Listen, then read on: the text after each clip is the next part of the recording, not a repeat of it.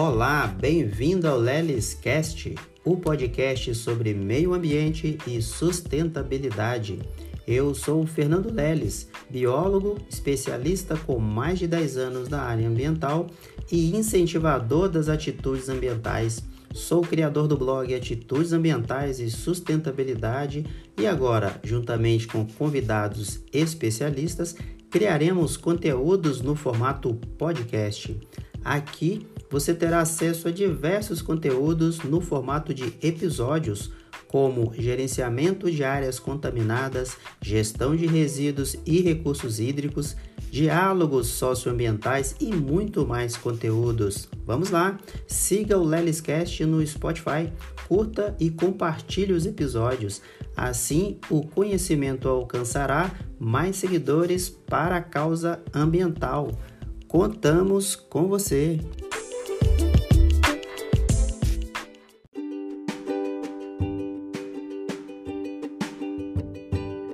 Olá, sejam muito bem-vindos ao LelisCast, o podcast sobre meio ambiente e sustentabilidade. E hoje temos a Camila Grossi. Camila, muito bem-vinda ao LelisCast e obrigado por aceitar o convite, a conexão. Seja muito bem-vinda. Muito obrigada, Fernando. O prazer é todo meu. Eu que agradeço o convite por poder participar dessa iniciativa tão bacana que você criou e aproveitar essa oportunidade nesse espaço para te parabenizar por ter criado mais um canal para levar conhecimento, e assuntos em torno de meio ambiente e sustentabilidade a tanta gente. Então, parabéns mais uma vez e muito obrigada pelo convite. A honra é toda minha. Obrigado, muito feliz também.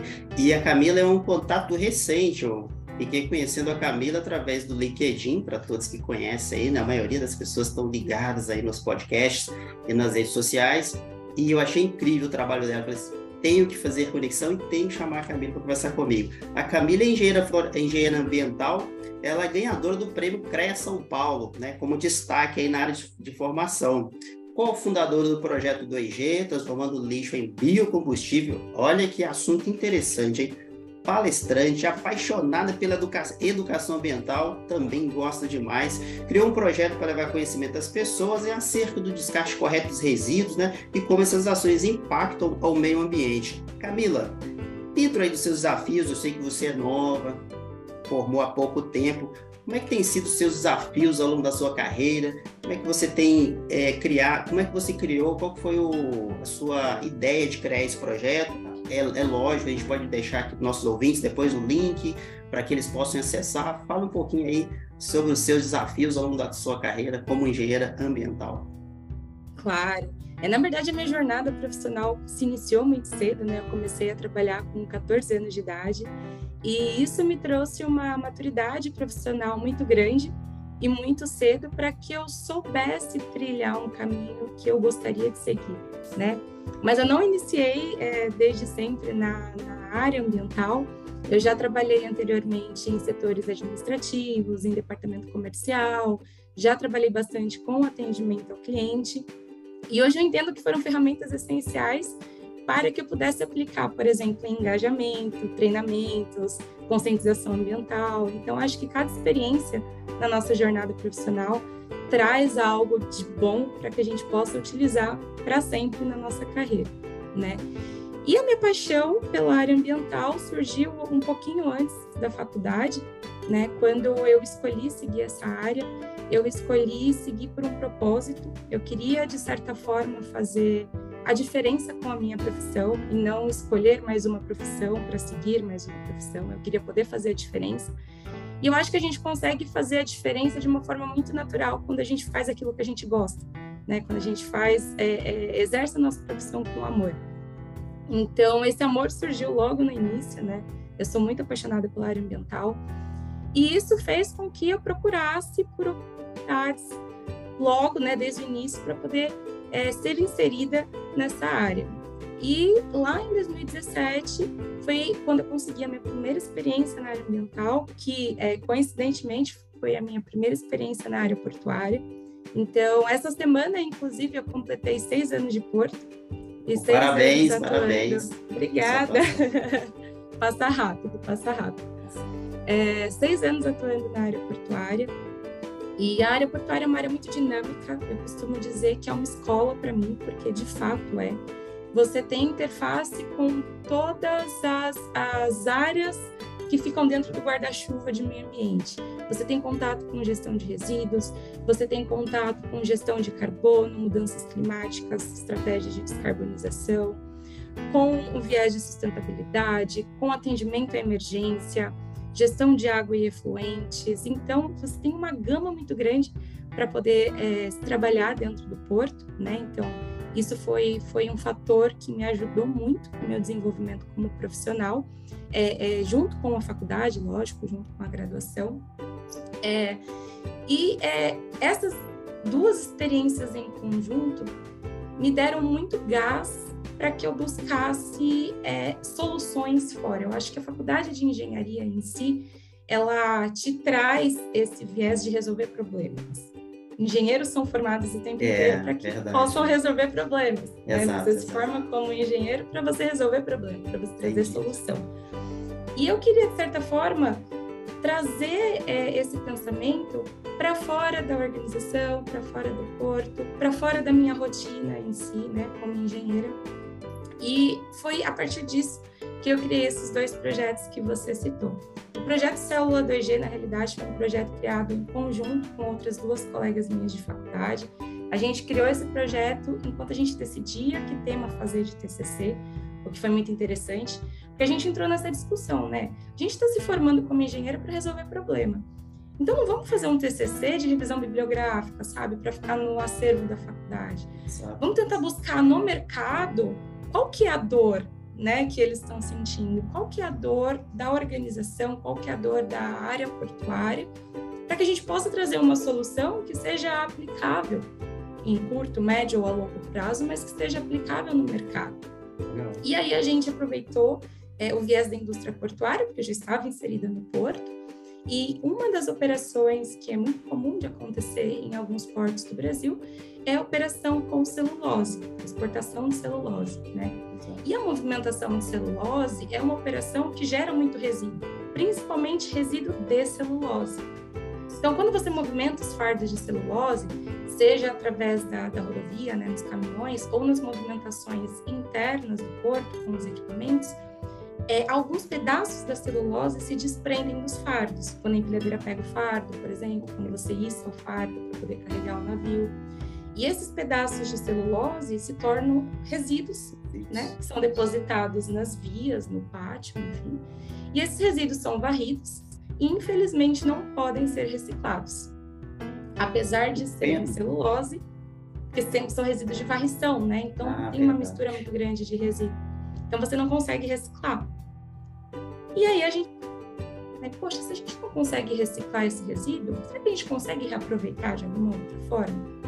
E a gente aproveitou essa temática de redução de emissão de carbono, biocombustíveis, e a gente teve esse insight, poxa, já que a celulose, né, e dentro da molécula da celulose existe a glicose e você consegue produzir Peraí, você é bioquímica também? Não. Não é bioquímica. Mas uma das... Eu sou formada em engenharia ambiental, né? Mas eu também tenho uma outra graduação em ciência e tecnologia do mar. Legal. É um curso interdisciplinar, né? Que eu me formei na Universidade Federal de São Paulo. E é um curso que traz uma multidisciplinaridade muito bacana para nós, enquanto profissionais. Então, isso trouxe um plus para a engenharia. Exato. Porque às vezes você é ensinado a pensar muito focado naquele problema e você precisa trazer uma solução muito restrita àquilo.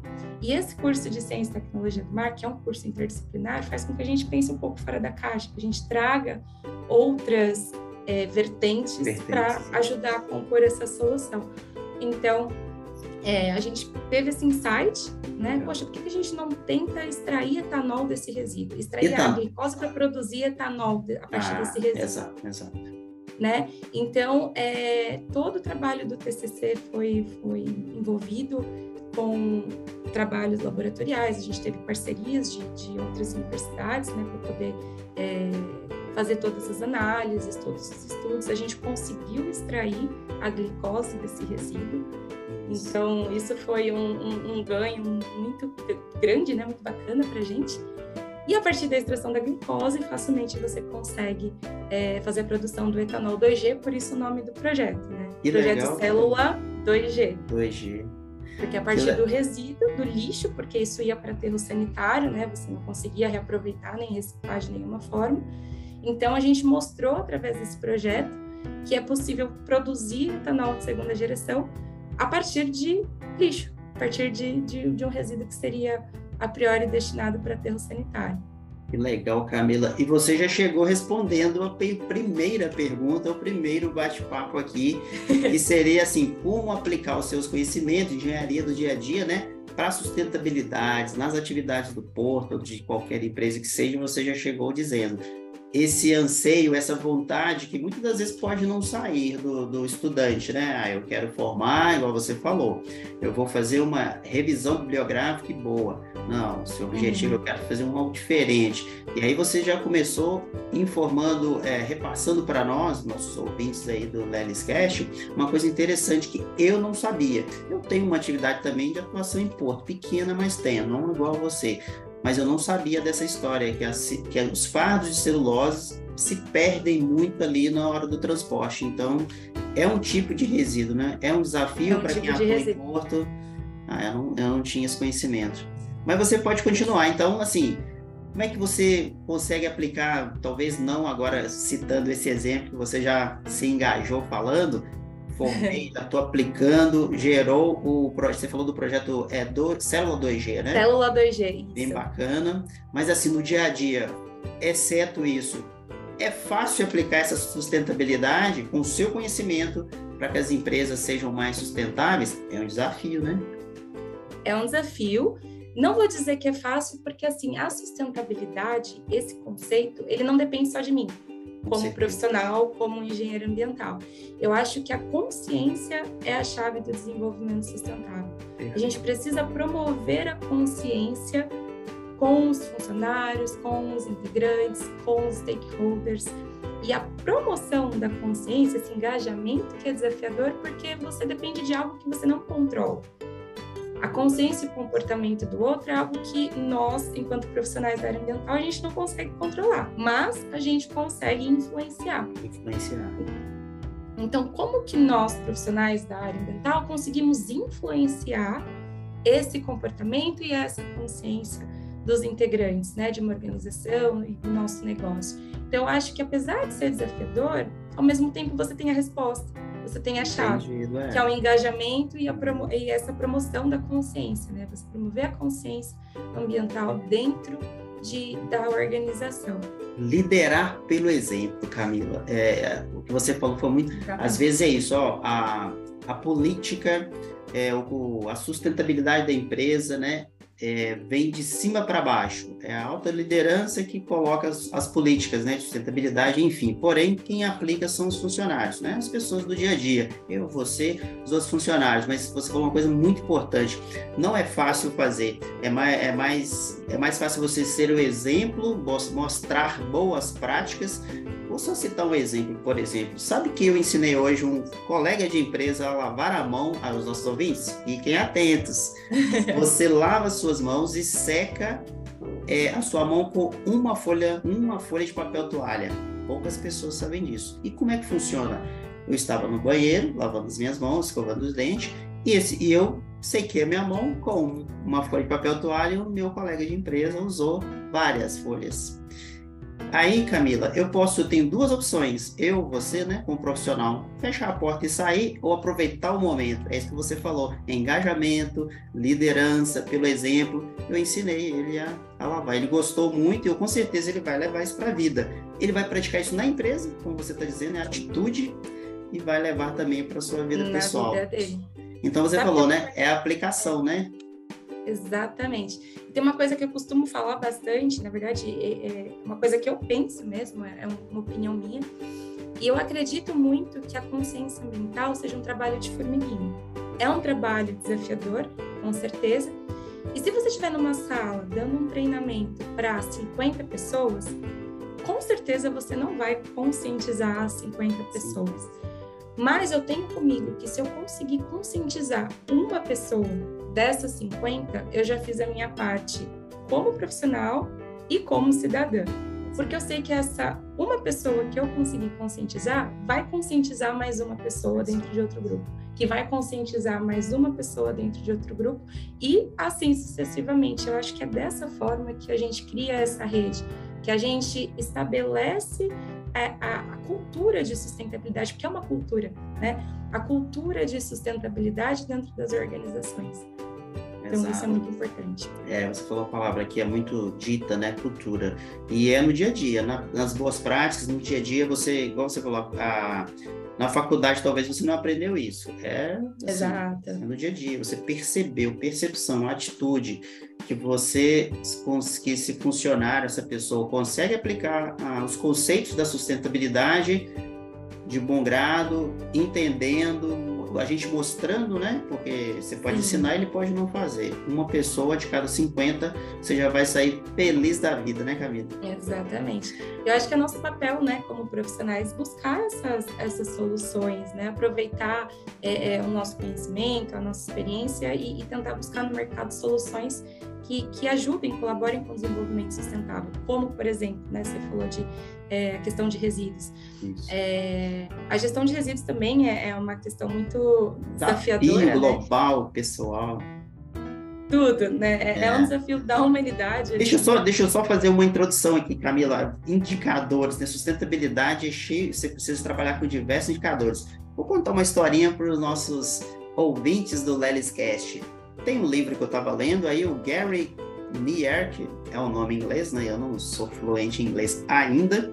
Ele fala sobre materialidade, né? Porque a gente fala em sustentabilidade, ESG, a gente precisa estudar o que é material, qual é o meu impacto ambiental ou socioambiental nas minhas atividades. Eu mesmo, colaborador, você como pessoa e as empresas em si, elas precisam entender isso, né? Fazer pesquisa, avaliar o aspecto, impacto ambiental, para ver qual que é a materialidade. E aí ele fala um negócio muito interessante. Às vezes as pessoas querem abraçar o mundo, né? Fazer tudo ao mesmo tempo e não tem como. Ele citou um belo exemplo.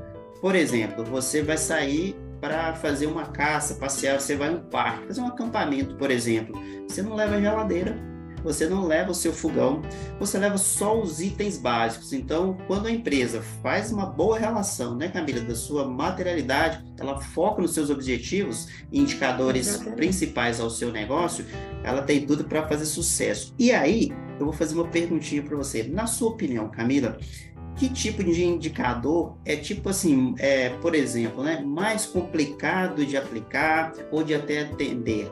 Nós falamos da gestão de resíduo, né? A gestão de resíduo, no meu ponto de vista, Fernando, é um dos mais desafiadores do mundo. É muito difícil, porque você gera resíduo nas empresas, em casa. Eu vou citar um exemplo simples aqui. O resíduo orgânico, isso é bem batido, né? Tá nas pesquisas aí, mas cerca de 50% aproximado do resíduo que a gente gera é orgânico, né? Do dia a dia. E 50% é muito. Então, Camila, se alguém te fizer uma pergunta como profissional, Camila, você agora é presidente do Brasil, como é que você resolve o problema dos resíduos no Brasil? Você vai falar assim, 50% eu resolvo, 50% eu sei como fazer, que é o quê? O resíduos orgânicos, né? Fazer a compostagem. Então, parece difícil, né? É um desafio, mas eu sei o que fazer. 50% do problema é orgânico e aí a gente faz a compostagem, eu sei. A questão do resíduo, tanto pessoalmente, nas nossas casas, nas comunidades, enfim, nas cidades, é o resíduo. É diferente nas empresas?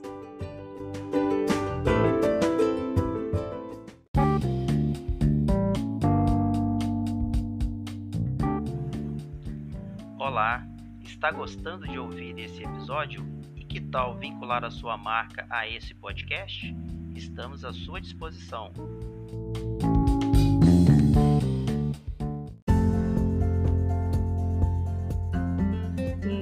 É exatamente a mesma coisa, porque nós geramos resíduo o tempo inteiro, enquanto indivíduos, né? Eu, Camila, você, Fernanda, todo mundo que está ouvindo a gente aqui hoje, todos nós geramos resíduos o tempo inteiro, da hora que a gente acorda até a hora que a gente vai dormir. E a gente precisa ter a consciência de que nós somos responsáveis, eternamente responsáveis, é uma frase que eu uso muito. Nós somos eternamente responsáveis pelo resíduo que geramos. Porque quando a gente fala em jogar algo fora, existe fora? Fora de onde? Tá tudo dentro do planeta, né? Tá tudo dentro do planeta. O resíduo que eu descarto incorretamente, ele não vai sair do planeta Terra. Exato. Ele vai se acumular e acumular e acumular e causar uma série de impactos ambientais, né, relacionados a isso, e que causam todas essas questões que a gente vê hoje nas notícias, por exemplo, inundações, enchentes, mudanças climáticas, tá tudo conectado, né? E eu acho que vai muito junto com isso que você comentou, né? Por exemplo, eu tenho resíduo orgânico, eu gero 50% de resíduo orgânico no meu dia. O que eu consigo fazer para não descartar isso em aterro sanitário? Quais são as tecnologias que eu tenho no mercado? Quais são os tipos de tratamento que eu consigo fazer? E uma coisa muito bacana, unida, né, com a questão da engenharia ambiental, do conhecimento da área ambiental e da vontade de buscar algo inovador no mercado, é a questão do reaproveitamento energético de lixo.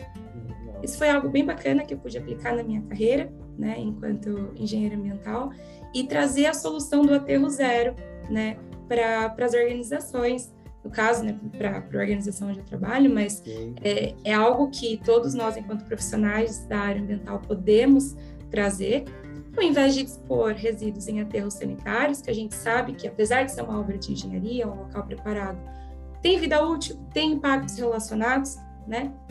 Então, o que a gente consegue fazer com aquele resíduo que a gente não recicla?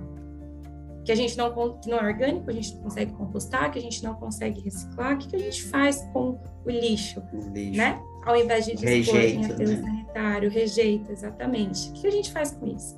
Então, existe um tratamento bem bacana no mercado que se chama CDRU, que é combustível derivado de resíduo urbano. Legal. O CDRU é um blend formado por esses resíduos não recicláveis, né? E esses resíduos, eles são tratados, são triturados, são divididos a partir de algumas características, como teor de cloro, poder calorífico, que são questões importantes para que esse resíduo seja transformado em energia. Então, esses resíduos, eles formam esse CDRU e são utilizados como combustíveis para indústrias cimenteiras. Legal. Ele forma de pellet, ou tipo blocos, ou é mesmo granel, solto? Como é que funciona? É solto, é granel. Eles granel. substituem o coque. O coque vem do petróleo, né? A matéria-prima do coque é o petróleo, é um recurso natural não renovável. Então, ao invés da indústria cimenteira utilizar o coque para abastecer o forno de produção de cimento, ela pode utilizar o CDRU. Então, você aproveita uma atividade industrial que já existe no mercado, você não está queimando o resíduo para tratar ele. A indústria vai precisar de um combustível de qualquer forma para produção de cimento. Só que ao invés de utilizar o coque, ela vai utilizar o CDRU e vai produzir energia. CDRU. Qual que é a sigla mesmo? Combustíveis derivados de resíduos urbanos. Então tá aí o desafio, Camila. Você como engenheira, você começou a falar sobre isso, né? Que os engenheiros saem da faculdade com essa missão de resolver problemas. Problemas, então, né? O primeiro problema, né? Tanto das empresas ou nosso cidadão, é a geração. Então eu posso reduzir. Lembra da historinha que eu contei do papel toalha? Então eu posso reduzir. Depois que eu reduzo, eu segrego, muito bem segregado, com bastante detalhe, mas nas empresas também tem a questão da atitude, né, de saber fazer mesmo, de querer fazer, mas enfim, aí sobre o rejeito. E vocês, né, com a sua atividade, né, não é para a gente citar nomes de empresas, mas vocês conseguiram atingir, então, o zero de geração. Muito Sim. Legal, parabéns. Assim como outras empresas, né, no Brasil já estão buscando essa solução, é uma solução bem bacana no mercado e que, como você falou, né, existe uma prioridade, uma lista de prioridades dentro da gestão de resíduos, seguindo o princípio da não geração. Então, primeiro a gente evita gerar o resíduo ao máximo. Isso. Se não tem como, a gente precisa gerar aquele resíduo, vamos tentar reutilizar ele de alguma forma. Será que eu consigo reutilizar para não ter que destinar? Se eu tiver que destinar, vou tentar reciclar, reaproveitar de alguma forma. Legal. Por último, a gente pensa em dispor em aterro sanitário. Né? E parece que falar dos 3 R's, que agora, né, já faz tempo que não é mais 3 R's, tem muito mais de R's aí, 7, né? 7, 9, enfim, vários hoje. E gostei, Camila, você realmente interessante você seguir nessa sua carreira de motivação, de influenciar as pessoas. Você falou de um jeito bem simples, mas as pessoas conseguem entender, né, o que eu posso fazer. Então, passo a passo até o final. E agora, o que eu faço com o final? Muitas pessoas não pensam nisso, né? No dia a dia só acham que o caminhão passa e leva. Você falou, legal, vou utilizar o mínimo possível, depois eu vou separar aquilo que eu posso reciclar e, por último, ainda encontro uma forma que é a geração de energia. Excelente. Exatamente. É uma tecnologia bem bacana que consegue trazer aí essa solução para a gente. Parabéns para você. Aí, como a gente está falando, nossos ouvintes já clicaram lá porque viram que a Camila ia falar sobre atividades de portos, Camila. Atividades de portos, ela tem uma interface muito grande com licenciadores, né? Experiência própria. Então, muitas empresas fiscalizadoras, afinal, faz sentido, né? É uma porta de entrada do país pelo mar, né? Não tem ali a Polícia Rodoviária Federal, tem a Marinha, né? Mas é uma porta de entrada, então realmente tem que ter muitos cuidados aí. Aí aquela questão, se a empresa trabalha corretamente com essa ideia do lixo zero, né, do net zero aí, enfim, da questão, trabalha com todos os documentos, ela não precisa se preocupar, né? Então, por mais que seja uma área muito fiscalizada, basta fazer o básico, né, Camila? Atender a legislação, tratar os resíduos, dar uma destinação correta dos resíduos que estão sendo gerados, que a empresa não precisa se preocupar. Eu acho que a base de tudo é a organização entender a sua atividade e os aspectos e impactos ambientais relacionados àquela atividade, né? Então, a partir do momento que você tem muito bem mapeado todos os possíveis impactos ambientais que a atividade da sua empresa gera, você consegue ter um mapeamento de todos os seus controles, o que você pode fazer de controle, né? Como você pode controlar e como você pode influenciar para que aquele impacto ambiental não ocorra, né? Então, eu acho que essa é a base de tudo, é você entender o seu negócio, você entender a sua atividade, você mapear muito bem todos os impactos ambientais relacionados àquela atividade. E quando você fala de porto, você fala de uma área extremamente sensível, porque geralmente você está em contato com áreas de manguezal, com áreas estuarinas, com ecossistemas aquáticos, que a gente sabe que tem uma sensibilidade muito grande, né? Aqui em Santos, por exemplo, a gente tem uma área estuarina que é abraçada por um manguezal. Camila, desculpe a minha ignorância, até para os ouvintes, você falou um conceito aí que eu não estou conseguindo lembrar. O ouvinte também pode ser que se perdeu. Qual que é o nome? Estuarina? Repete, por favor. Estuarina. É um estuário, né? Estuário. Então, você tem um estuário que deságua ali no mar, né? Então, o Porto de Santos... O Porto de Santos, ele é inserido dentro de um estuário, né? Exato. E essa área de estuário é abraçada por um manguezal. O ecossistema predominante aqui na região é o mangue, né? É o manguezal. E o mangue é um tipo de vegetação, né? O manguezal é um ecossistema extremamente sensível, porque ele serve de berço para inúmeras espécies, né? Então, a sensibilidade dessa área faz com que as indústrias portuárias tenham que redobrar suas atenções, né, seus controles, seus programas de monitoramento ambiental, para que nenhum impacto ocorra. Porque se a gente tiver um impacto ambiental em uma área sensível como essa, não vai ser um impacto pequenininho, né, em pequena escala. Vai ser um impacto com uma magnitude um pouco maior por conta da sensibilidade da área. Então, o primeiro passo é ter esse controle muito bem definido, os aspectos e impactos ambientais relacionados às atividades muito bem mapeados, para que você possa controlar de uma forma tranquila, né, e que nenhum impacto ambiental aconteça. Que aí vai ser consequência, você tem esse controle bem definido, bem feitinho, nenhum impacto ambiental vai acontecer. É o que você falou, né? Você conhecendo os seus aspectos e os impactos ambientais, aí socioambientais, né? Tendo esse controle total, você vai poder trabalhar tranquilo, porque você conhece, sabe o que fazer, tem os controles, né? Para qualquer tipo de problema que venha acontecer. E é uma palavra que sempre a gente precisa manter nos nossos diálogos, né? Essa palavra não sai, que é a sigla, aquelas 3 letrinhas, ESG, né? Na sua opinião, quais os desafios para as empresas? Porque, assim, os investidores disseram o seguinte, né? Como é que é o nome do principal investidor BlackRock, né? BlackRock. Aí o nome do CEO lá é Larry Fink. Eu li no livro do Ricardo Voltolini, fazendo uma propaganda aqui, ó. Vamos falar de ESG. No livro dele tá falando sobre isso. Ele fala que o Larry Fink falou, ó, agora eu vou falar para os nossos ouvintes, né, que gostam de ouvir os nossos diálogos aqui. É bem simples mesmo. ESG, sustentabilidade. Então agora, beleza, vocês fazem o quê? Agora eu quero que você comprove. Então, prove, não um relatório de sustentabilidade mais simples, mas os indicadores que você está atingindo. E outra coisa, eu quero que você publique, deixe claro que as suas metas aí socioambientais. Do seu ponto de vista, tá fácil você atender aos requisitos aí do ESG para as empresas? E agora eu preciso ter muito bem medido minhas gerações, meus impactos socioambientais. Do seu ponto de vista, dá para fazer, dá para publicar e atender? No meu ponto de vista, sempre vai ser desafiador. É um conceito teoricamente novo, né, e que tem ganhado força cada vez mais, né, com o passar dos anos.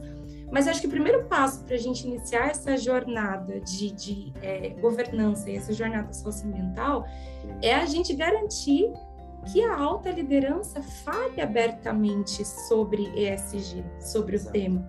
É o que a gente comentou anteriormente, lidere pelo exemplo. Eu não vou conseguir criar uma cultura ESG bem consolidada numa organização se, por exemplo, os meus líderes não têm o conhecimento necessário sobre o tema ou sobre a importância do tema. Se, de repente, o tema é marginalizado pela alta liderança no sentido de, isso é tão importante, né? Vamos falar de produção, de produtividade, dos nossos ganhos financeiros. É tão importante quanto, porque está relacionado, né? E outro ponto muito importante, além de todo o engajamento, do exemplo da alta liderança, porque eu acho que é um efeito cascata, né? A partir do momento que a cultura está bem inserida e bem consolidada com os líderes, eles vão passar isso para os seus liderados, e a gente tem que ter em mente que os liderados de hoje são líderes do futuro. Então, a partir do momento que você engaja esses liderados hoje, você está contribuindo na formação de líderes do futuro que vão nascer com esse conceito de ESG já em mente, né? Então, esse é o primeiro passo. E o segundo passo é você estabelecer um canal de comunicação extremamente claro e transparente, tanto com seus colaboradores internamente na organização, quanto com as partes interessadas, ter uma comunicação externa transparente também. Eu acho que a transparência é a alma do negócio. A partir do momento que você publica os seus indicadores, você mostra para os seus stakeholders o que de fato você está fazendo. E aí você mostra isso através dos indicadores e você comprova isso através da cultura. Eu acho que são coisas que estão interligadas. A gente não consegue focar no indicador se a gente não tem uma cultura, porque é a cultura que vai fazer com que aqueles números aconteçam de fato, né? Então essa é a minha visão. É desafiador, sempre vai ser, mas eu acredito que seja mais fácil do que a gente imagina. A partir do momento que a gente tem esse engajamento, a partir do efeito cascata, a gente tem a certeza de que vamos formar líderes no futuro que já nascerão engajados com isso. Legal, gostei do seu conceito aí. Então, né, só mostrando que a gente entendeu. Líderes cientes, entendendo o conceito, sendo exemplo, levando para a base esse exemplo, e esses liderados, né, novos líderes já vão crescer. É como se fosse a educação ambiental nas escolas, né? Exato. Quando crescer, já vão aplicar. Camila, o nosso tempo do podcast ele é pequenininho aqui, eu acho que foi muito bom estar aqui com você, absorvendo esses conhecimentos. Agora eu queria, para a gente finalizar o nosso podcast, você como profissional, atuante na área aí, com bons projetos que eu já vi, publicação aí, viu, nas redes sociais, que tipo de mensagem você deixaria para os novos formandos aí, engenheiros ambientais, que estão entrando na carreira, biólogos também, né? Para quem queira, que tipo de desafio vão enfrentar, um recadinho para eles, para você, para que possa motivá-los aí a seguir na carreira, assim como você está hoje. Bom, eu acho que meu conselho a todos que nos ouvem e que já seguem ou pretendem seguir a carreira ambiental ou sustentabilidade é que vocês sejam engajados no propósito de vocês. Eu acho que quando você faz sustentabilidade, quando você faz meio ambiente, você precisa fazer com o engajamento que vem, antes de tudo, da gente. Então, a partir do momento que você é um profissional engajado e que você não se deixa bater pelo primeiro desafio, porque existem e existirão sempre inúmeros desafios na área ambiental. Como a gente comentou, muitas coisas não dependem da gente, né? De mim, do Fernando, como profissionais de meio ambiente, por exemplo, dependem de fatores externos que a gente não consegue controlar, porém, às vezes, né? Que às vezes a gente consegue, porém, a gente consegue influenciar. Então, não desistam no primeiro desafio, sigam firmes no propósito de vocês, busquem sempre tecnologias, inovação, pensem fora da caixa, tragam soluções no mercado. Se uma porta se fechar e se alguém disser para vocês que não existe solução, criem a solução, mas não desistam do propósito de vocês. Eu acredito que se vocês escolheram trilhar essa jornada profissional, se vocês escolheram a área ambiental como carreira de vocês, façam disso o propósito de vocês, porque com certeza vai dar muito mais gás para vocês vencerem todos os desafios da carreira. Legal. Então, nossos ouvintes, conversamos aqui com a Camila Grossi, engenheira ambiental, atuante na área de ambiental. Camila, mais uma vez, muito obrigado por conectar com o Lelis Cast, o podcast sobre meio ambiente e sustentabilidade. Aos nossos ouvintes, curtam lá a página da Camila Grossi no Instagram, conectem ela no LinkedIn também e nas redes sociais, contratem para treinamento sobre educação ambiental. Vocês perceberam aí o quanto ela tem conhecimento, consegue, sabe engajar pessoas. Camila, mais uma vez, obrigado. E aos nossos ouvintes, até o próximo episódio. Obrigada, Fernanda, eu que agradeço. Obrigada pela oportunidade e até a próxima. Até a próxima. Tchau, tchau, pessoal. Tchau, tchau.